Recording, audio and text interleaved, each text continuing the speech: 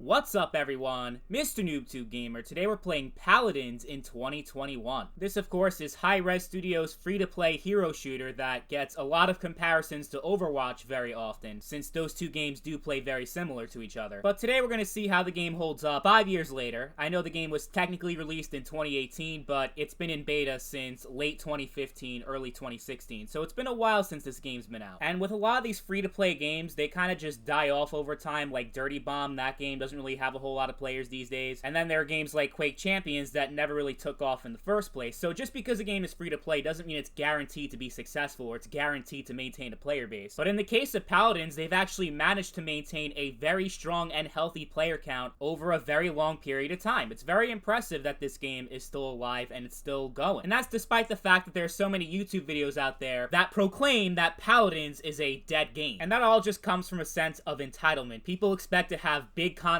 drops every fucking month, and when that doesn't happen, it means, oh, the game is dead. But that's the toxic mentality a lot of people in the Paladins community are having right now, and it's really annoying. Yeah, the player count has declined over time, but not every game is going to be CSGO or Team Fortress 2. It's a very natural thing for a game to lose players gradually over time. That's not a terrible thing to happen. It's just how it is. But the thing is, despite Hi-Rez now having Rogue Company, which is their new game, they're still supporting Paladins. We're still getting new champions, we're still getting new maps, we're still getting new content in 2021. So it's not like the game is completely forgotten about and abandoned. No, like this game is still getting supported by Hi-Rez. And more importantly, you still have a lot of people playing this game despite it slowly declining over the years. Just look at these Steam charts. The biggest peak in the past 24 hours was 14,000 people at one time, and that was on Steam alone. Never mind the fact that this game supports crossplay. PC, PlayStation, Xbox, and Nintendo Switch players, they can all play together. So this game is still going strong in 2021, no doubt about that. And just going off my personal experience, it doesn't matter what time of day I'm playing, doesn't matter what day of the week I'm playing, I'm able to get into a match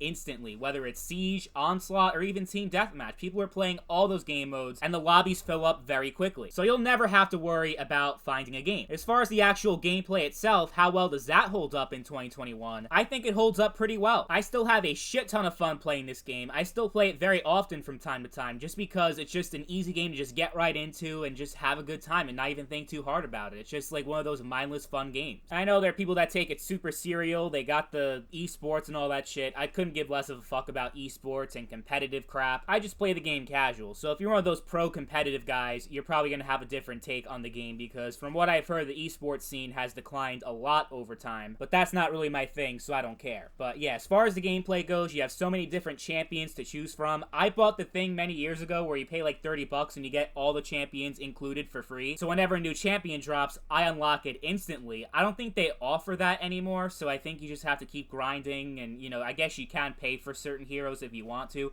But if you play the game enough, you can unlock the heroes you want for free without putting any more money into it. It's just a bit of a grind since it's a free-to-play game. What do you expect? And yeah, honestly, if you ever played Overwatch before, I think you'd fit right into Paladins because they play very similar. Even a lot of the champions, like Victor, it's a total ripoff of Soldier 76. You have a lot of the Paladins champions that are just ripped off straight from Overwatch. But the one that I use right now in this gameplay, Grok, he's actually original. But yeah, if you played Overwatch before and you're like a Soldier 76 main, you're gonna go straight to Victor. I feel like they ripped off Overwatch heroes on purpose so that the Overwatch players would feel more comfortable playing Paladins, even though the gameplay is already similar enough. But there actually are quite a few differences between Paladins and Overwatch that are worth mentioning. One thing is that in Paladins you can ride a horse, which, you know, isn't too meaningful. It just gets you to the objective faster. And unlike Overwatch, you are not allowed to swap heroes in the middle of the game. Paladins also has this unique card system that Overwatch does not have, where you're able to choose different abilities for the same champion. So for example, my character Grok that I'm playing right now has this ability where you can shoot his beam at teammates and you can heal them that way. But not every Grok has that ability by default. You have to choose the card that has that ability in it. And I think it's pretty cool because you already have a lot of variety with all the different champions you can play as, but it adds even more variety because you have one champion that has multiple different abilities that you can choose from. I think it's great. And another thing that's unique to Paladins is that they have this progression system where you're able to upgrade your abilities in the middle of the game. And the better you do in the game, the more you contribute to your team, the more points you unlock. But every game it resets. You don't like permanently unlock those abilities. You have to keep re-unlocking them every single time.